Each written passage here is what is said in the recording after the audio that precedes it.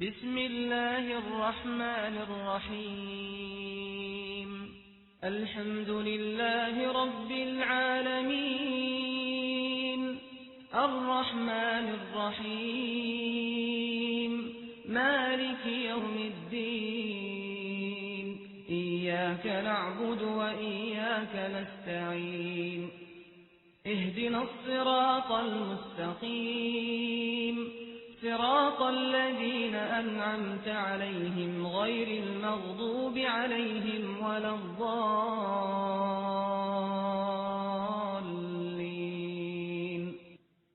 بسم الله الرحمن الرحيم ياسين والقرآن الحكيم إنك لمن المرسلين على صراط مستقيم تنزيل العزيز الرحيم لتنذر قوما ما أنذر آباؤهم فهم غافلون لقد حق القول على أكثرهم فهم لا يؤمنون إنا جعلنا في أعناقهم أغلالا فهي إلى الأذقان فهم مقمحون وجعلنا من بين أيديهم سدا ومن خلفهم سدا فأغشيناهم فهم لا يبصرون وسواء عليهم أأنذرتهم أم لم تنذرهم لا يؤمنون إنما تنذر من اتبع الذكر وخشي الرحمن بالغيب فبشره بمغفرة وأجر كريم إنا نحن نحيي الموتى ونكتب ما قدموا وآثارهم وكل شيء أحصيناه في إمام مبين واضرب لهم مثلا أصحاب القرية إذ جاءها المرسلون إذ أرسلنا إليهم اثنين فكذبوهما فعززنا بثالث فقالوا إنا إليكم مرسلون قالوا ما أنتم إلا بشر مثلنا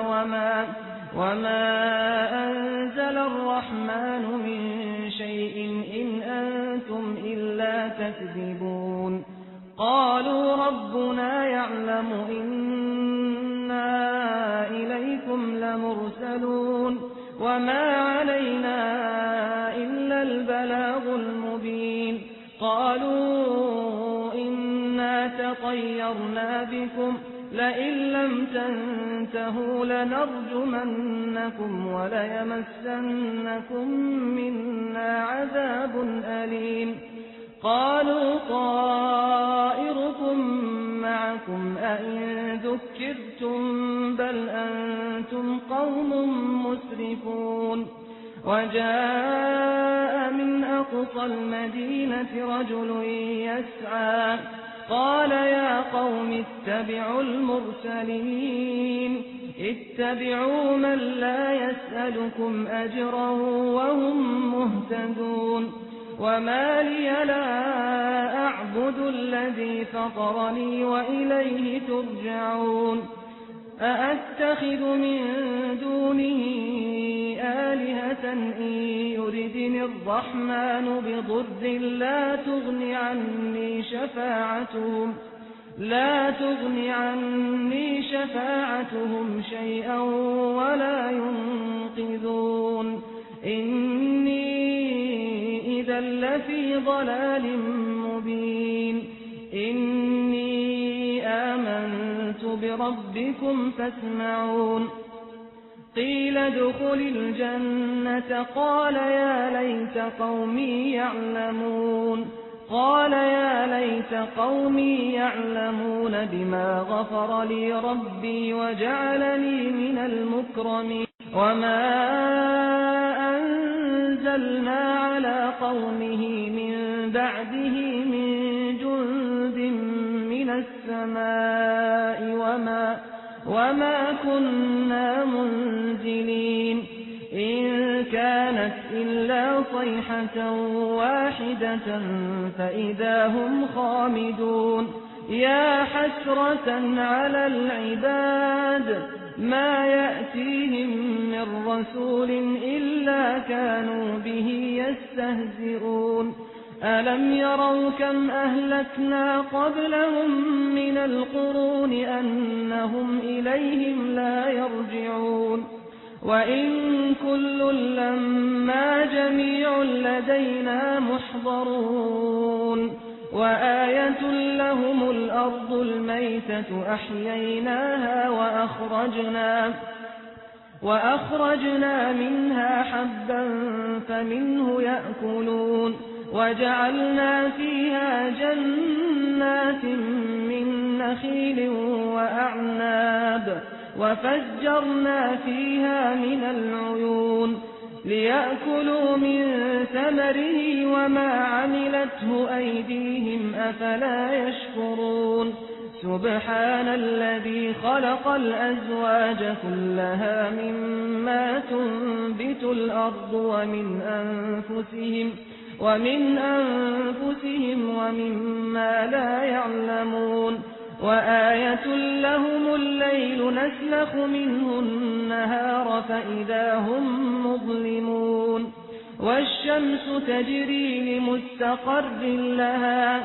ذلك تقدير العزيز العليم والقمر قدرناه منازل حتى عاد كالعرجون القديم لا الشمس ينبغي لها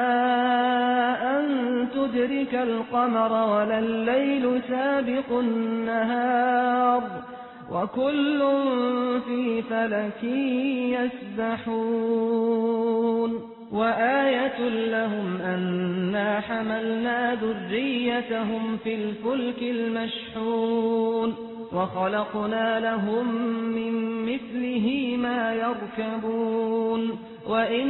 نشأ نغرقهم فلا صريخ لهم ولا هم ينقذون إلا رحمة منا ومتاعا إلى حين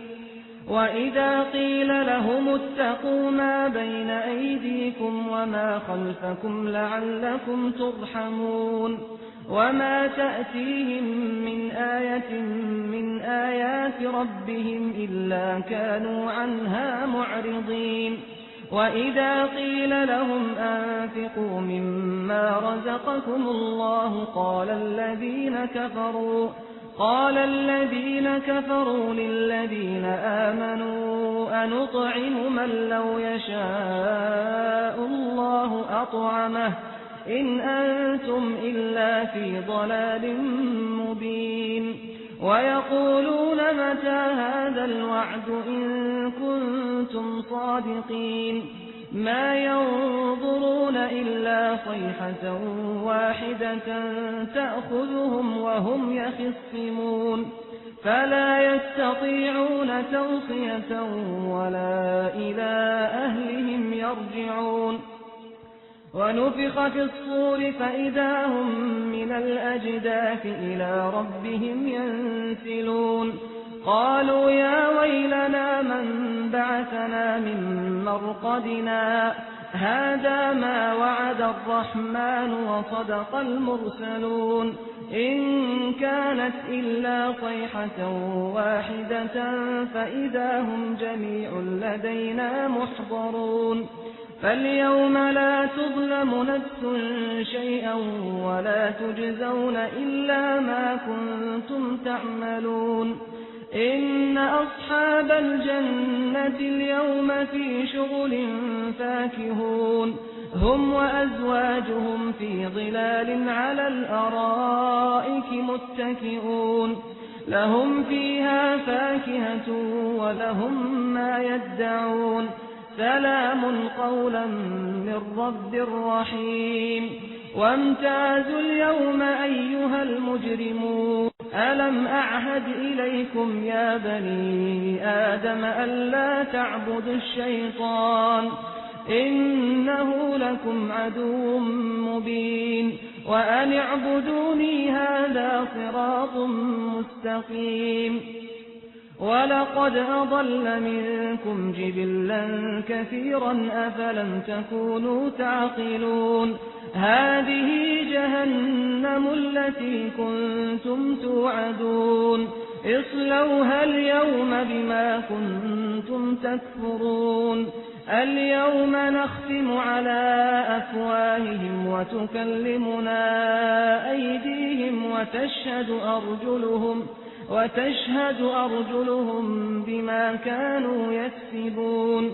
ولو نشاء لطمسنا على أعينهم فاستبقوا الصراط فأنى يبصرون ولو نشاء لمسخناهم على مكانتهم فما استطاعوا مضيا ولا يرجعون ومن نعمره ننكسه في الخلق أفلا يعقلون وما علمناه الشعر وما ينبغي له إن هو إلا ذكر وقرآن مبين لينذر من كان حيا ويحق القول على الكافرين أولم يروا أنا خلقنا لهم مما عملت أيدينا أنعاما فهم لها مالكون وذللناها لهم فمنها ركوبهم ومنها يأكلون ولهم فيها منافع ومشارب أفلا يشكرون واتخذوا من دون الله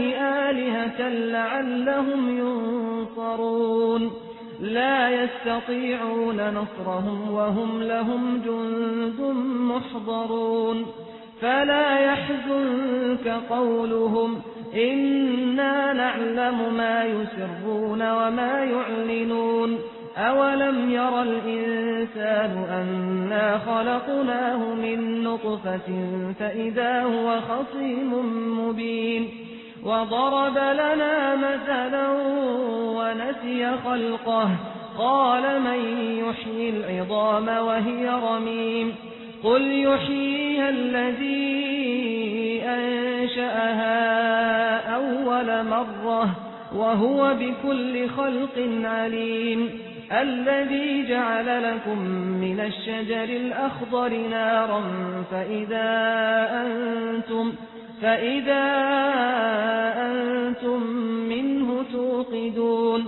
أوليس الذي خلق السماوات والأرض بقادر على أن يخلق مثلهم بلى وهو الخلاق العليم إنما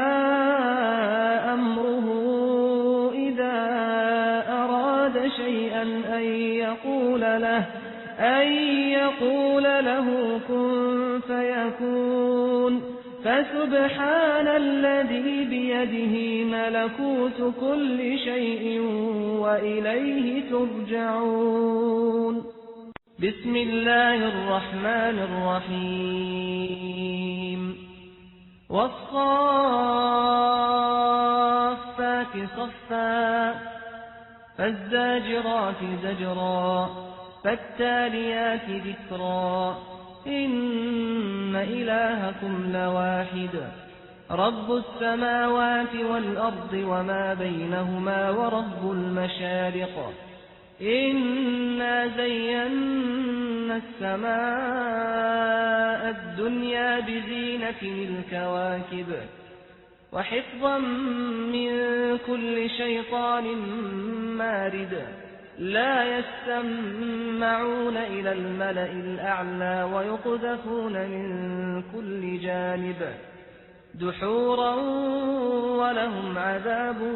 واصب إلا من خطف الخطفة فأتبعه شهاب ثاقب فاستفتهم أهم أشد خلقا أم ممن خلقنا إنا خلقناهم من طين لازب بل عجبت ويسخرون وإذا ذكروا لا يذكرون وإذا رأوا آية يستسخرون وقالوا إن هذا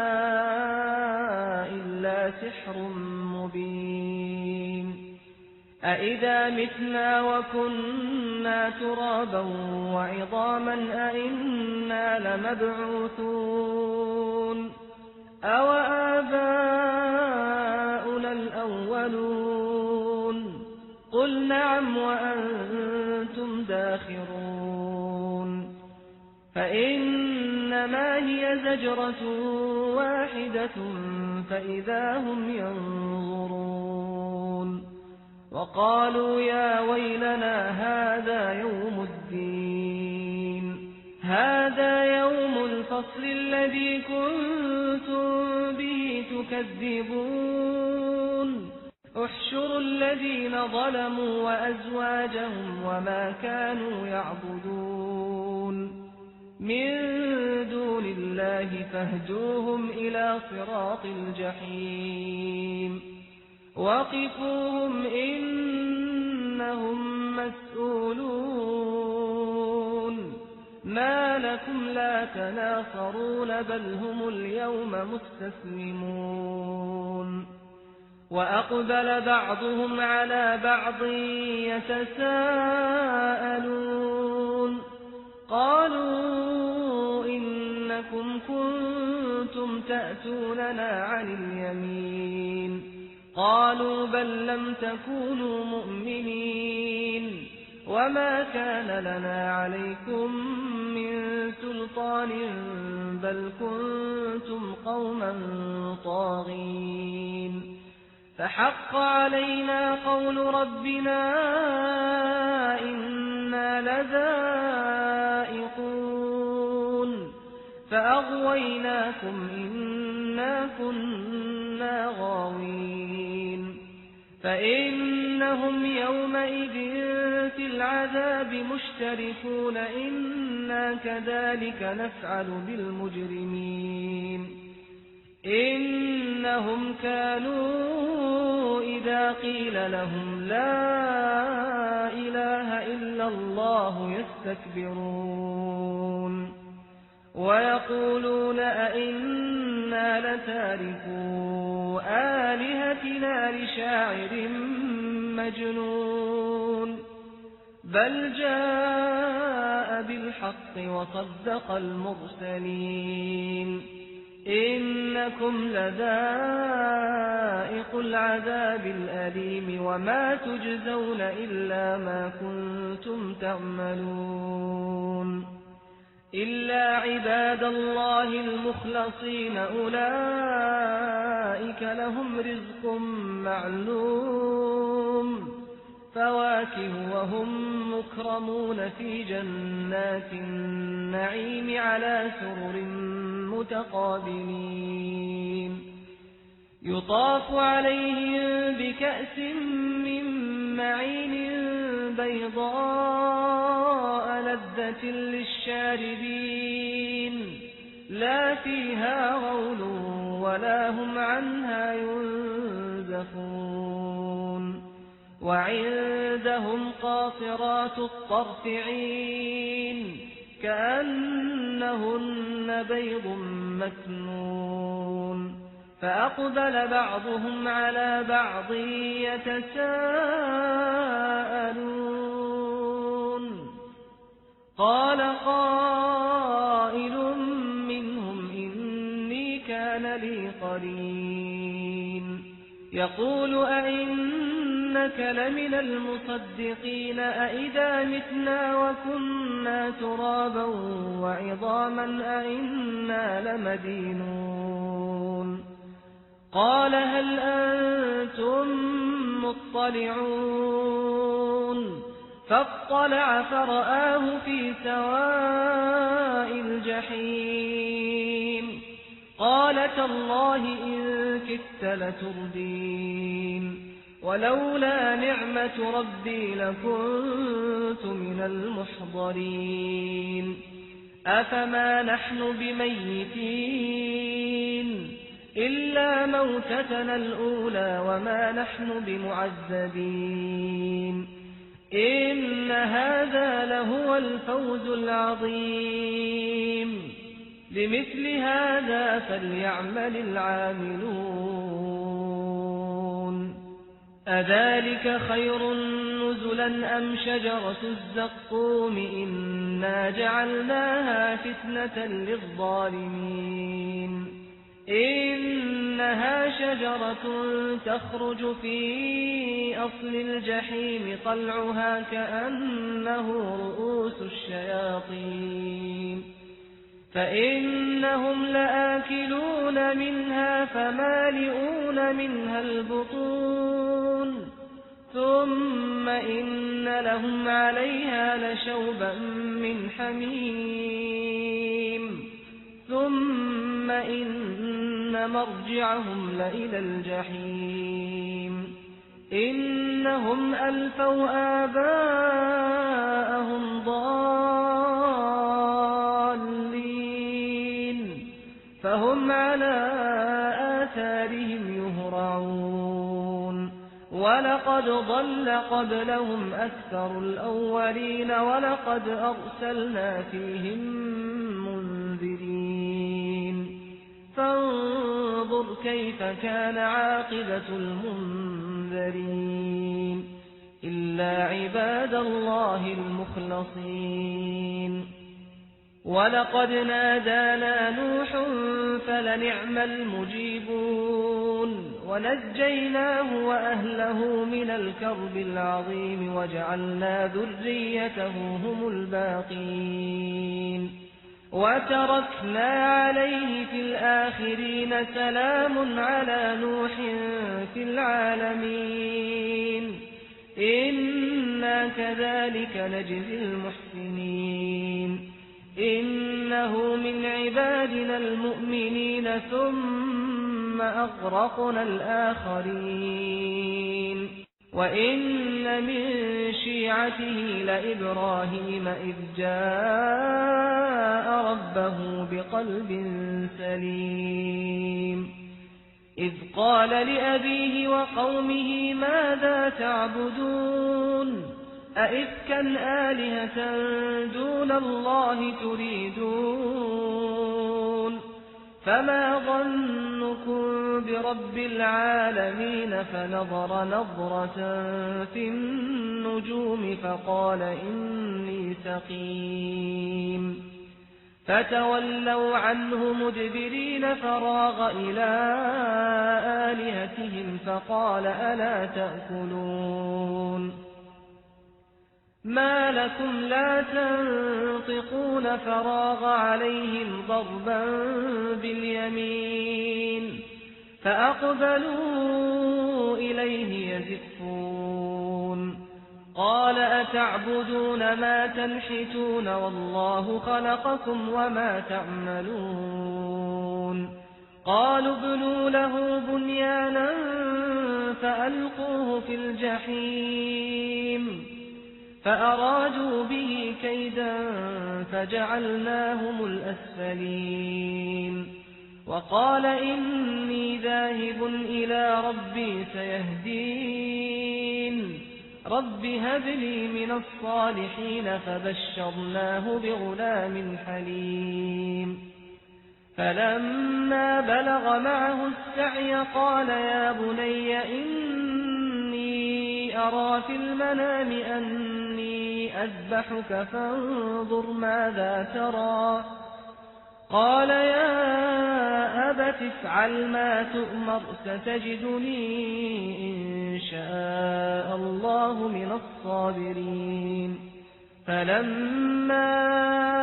أسلما وتله للجبين وناديناه أن يا إبراهيم قد صدقت الرؤيا إنا كذلك نجزي المحسنين إن هذا لهو البلاء المبين وفديناه بذبح عظيم وتركنا عليه في الآخرين سلام على إبراهيم كذلك نجزي المحسنين إنه من عبادنا المؤمنين وبشرناه بإسحاق نبيا من الصالحين وباركنا عليه وعلى إسحاق ومن ذريتهما محسن وظالم لنفسه مبين ولقد مننا على موسى وهارون ونجيناهما وقومهما من الكرب العظيم ونصرناهم فكانوا هم الغالبين وآتيناهما الكتاب المستبين وهديناهما الصراط المستقيم وتركنا عليهما في الآخرين سلام على موسى وهارون إنا كذلك نجزي المحسنين إنهما من عبادنا المؤمنين وإن إلياس لمن المرسلين إذ قال لقومه ألا تتقون أتدعون بعلا وتذرون أحسن الخالقين الله ربكم ورب آبائكم الأولين فكذبوه فإنهم لمحضرون إلا عباد الله المخلصين وتركنا عليه في الآخرين سلام على الياسين إنا كذلك نجزي المحسنين إنه من عبادنا المؤمنين وإن لوطا لمن المرسلين إذ نجيناه وأهله أجمعين إلا عجوزا في الغابرين ثم دمرنا الآخرين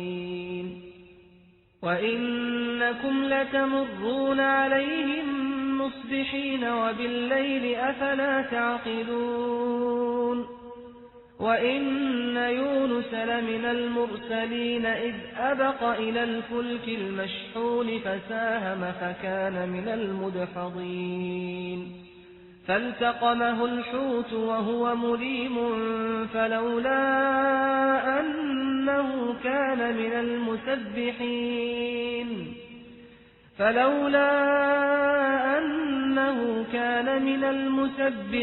للبث في بطنه إلى يوم يبعثون فنبذناه بالعراء وهو سقيم وأنبتنا عليه شجرة من يقطين وأرسلناه إلى 100,000 أو يزيدون فآمنوا فمتعناهم إلى حين فاستفتهم ألربك البنات ولهم البنون أم خلقنا الملائكة إناثا وهم شاهدون ألا إنهم من إفكهم ليقولون ولد الله وإنهم لكاذبون أصطفى البنات على البنين ما لكم كيف تحكمون أفلا تذكرون أم لكم سلطان مبين فأتوا بكتابكم إن كنتم صادقين وجعلوا بينه وبين الجنة نسبا ولقد علمت الجنة إنهم لمحضرون سبحان الله عما يصفون إلا عباد الله المخلصين فإنكم وما تعبدون ما أنتم عليه بفاتنين إلا من هو صال الجحيم وما منا إلا له مقام معلوم وإنا لنحن الصافون وإنا لنحن المسبحون وإن كانوا ليقولون لو أن عندنا ذكرا من الأولين لكنا عباد الله المخلصين فكفروا به فسوف يعلمون ولقد سبقت كلمتنا لعبادنا المرسلين إنهم لهم المنصورون وإن جندنا لهم الغالبون فتول عنهم حتى حين وأبصرهم فسوف يبصرون أفبعذابنا يستعجلون فإذا نزل بساحتهم فساء صباح المنذرين وتول عنهم حتى حين وأبصر فسوف يبصرون سبحان ربك رب العزة عما يصفون وسلام على المرسلين والحمد لله رب العالمين بسم الله الرحمن الرحيم حميم تنزيل من الرحمن الرحيم كتاب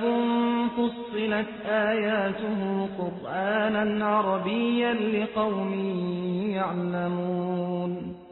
بشيرا ونذيرا فأعرض أكثرهم فهم لا يسمعون وقالوا قلوبنا في أكنة مما تدعونا إليه وفي آذاننا وقر ومن بيننا وبينك حجاب فاعمل إننا عاملون قل إنما أنا بشر مثلكم يوحى إلي أنما إلهكم إله واحد فاستقيموا إليه واستغفروه وويل للمشركين الذين لا يؤتون الزكاة وهم بالآخرة هم كافرون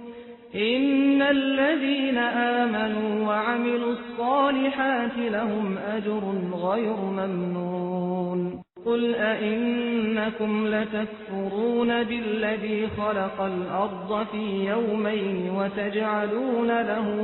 أندادا ذلك رب العالمين وجعل فيها رواسي من فوقها وبارك فيها وقدر فيها أقواتها في أربعة أيام سواء للسائلين ثم استوى إلى السماء وهي دخان فقال لها وللأرض ائتيا طوعا أو كرها قالتا أتينا طائعين فقضاهن 7 سماوات في يومين وأوحى في كل سماء أمرها وزينا السماء الدنيا بمصابيح وحفظا ذلك تقدير العزيز العليم فإن أعرضوا فقل أنذرتكم صاعقة مثل صاعقة عاد وثمود إذ جاءتهم الرسل من بين أيديهم ومن خلفهم ألا تعبدوا إلا الله قالوا لو شاء ربنا لأنزل ملائكة فإنا بما أرسلتم به كافرون فأما عاد فاستكبروا في الأرض بغير الحق وقالوا من أشد منا قوة أولم يروا أن الله الذي خلقهم هو أشد منهم قوة وكانوا بآياتنا يجحدون فأرسلنا عليهم ريحا صرصرا في أيام نحسات لنذيقهم عذاب الخزي في الحياة الدنيا ولعذاب الآخرة أخزى وهم لا ينصرون وأما ثمود فهديناهم فاستحبوا العمى على الهدى فأخذتهم صاعقة العذاب الهون بما كانوا يكسبون ونجينا الذين آمنوا وكانوا يتقون ويوم يحشر أعداء الله إلى النار فهم يوزعون حتى إذا ما جاءوها شهد عليهم سمعهم وأبصارهم وجلودهم بما كانوا يعملون وقالوا لجلودهم لم شهدتم علينا قالوا أنطقنا الله الذي أنطق كل شيء وهو خلقكم أول مرة وإليه ترجعون وما كنتم تستترون أن يشهد عليكم سمعكم ولا أبصاركم ولا جلودكم ولكن ظننتم أن الله لا يعلم كثيرا مما تعملون وذلكم ظنكم الذي ظننتم بربكم أرداكم فأصبحتم من الخاسرين فإن يصبروا فالنار مثوى لهم وإن يستعتبوا فما هم من المعتبين وقيضنا لهم قرناء فزينوا لهم ما بين أيديهم وما خلفهم وحق عليهم القول في قد خلت من قبلهم من الجن والإنس إنهم كانوا خاسرين وقال الذين كفروا لا تسمعوا لهذا القرآن والغوا فيه لعلكم تغلبون فلنذيقن الذين كفروا عذابا شديدا ولنجزينهم أسوأ الذي كانوا يعملون ذلك جزاء أعداء الله النار لهم فيها دار الخلد جزاء بما كانوا بآياتنا يجحدون وقال الذين كفروا ربنا أرنا الذين أضلانا من الجن والإنس نجعلهما تحت أقدامنا ليكونا من الأسفلين إن الذين قالوا ربنا الله ثم استقاموا تتنزل عليهم الملائكة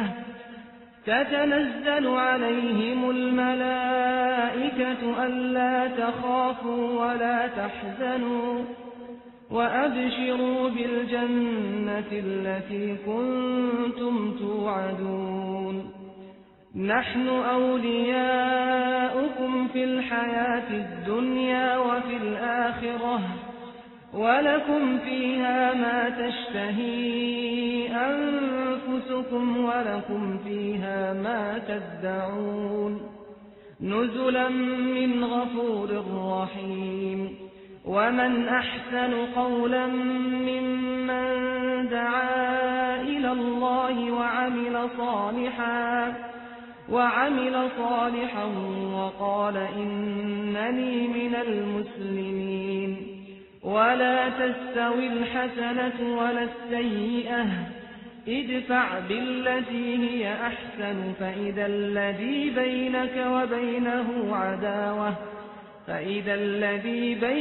وبينه عداوة كأنه ولي حميم وما يلقاها إلا الذين صبروا وما يلقاها إلا ذو حظ عظيم وإما ينزغنك من الشيطان نزغ فاستعذ بالله إنه هو السميع العليم ومن آياته الليل والنهار والشمس والقمر لا تسجدوا للشمس ولا للقمر واسجدوا لله الذي خلقهن إن كنتم إياه تعبدون فإن استكبروا فالذين عند ربك يسبحون له بالليل والنهار وهم لا يسأمون ومن آياته أنك ترى الأرض خاشعة فإذا أنزلنا عليها الماء اهتزت وربت إن الذي أحياها لمحيي الموتى إنه على كل شيء قدير إن الذين يلحدون في آياتنا لا يخفون علينا أفمن يلقى في النار خير أم من يأتي آمنا يوم القيامة اعملوا ما شئتم إنه بما تعملون بصير إن الذين كفروا بالذكر لما جاءهم وإنه لكتاب عزيز لا يأتيه الباطل من بين يديه ولا من خلفه تنزيل من حكيم حميد ما يقال لك إلا ما قد قيل للرسل من قبلك إن ربك لذو مغفرة وذو عقاب أليم ولو جعلناه قرآنا أعجميا لقالوا لولا فصلت آياته أأعجمي وعربي قل هو للذين آمنوا هدى وشفاء والذين لا يؤمنون في آذانهم وقر وهو عليهم عمى أولئك ينادون من مكان بعيد ولقد آتينا موسى الكتاب فاختلف فيه ولولا كلمة سبقت من ربك لقضي بينهم وإنهم لفي شك منه مريب من عمل صالحا فلنفسه ومن أساء فعليها وما ربك بظلام للعبيد إليه يرد علم الساعة وما تخرج من ثمرات من أكمامها وما تحمل من أنثى ولا تضع إلا بعلمه ويوم يناديهم أين شركائي قالوا آذناك ما منا من شهيد وضل عنهم ما كانوا يدعون من قبل وظنوا ما لهم من محيص لا يسأم الإنسان من دعاء الخير وإن مسه الشر فيئوس قنوط ولئن أذقناه رحمة منا من بعد ضراء مسته ليقولن هذا لي وما أظن الساعة قائمة ولئن رجعت إلى ربي إن لي عنده للحسنى فلننبئن الذين كفروا بما عملوا ولنذيقنهم من عذاب غليظ وإذا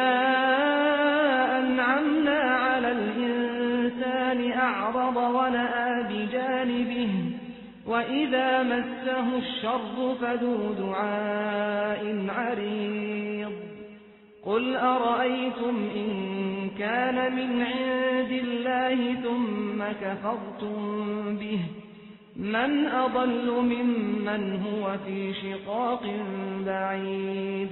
سنريهم آياتنا في الآفاق وفي أنفسهم حتى يتبين لهم أنه الحق أولم يكف بربك أنه على كل شيء شهيد ألا إن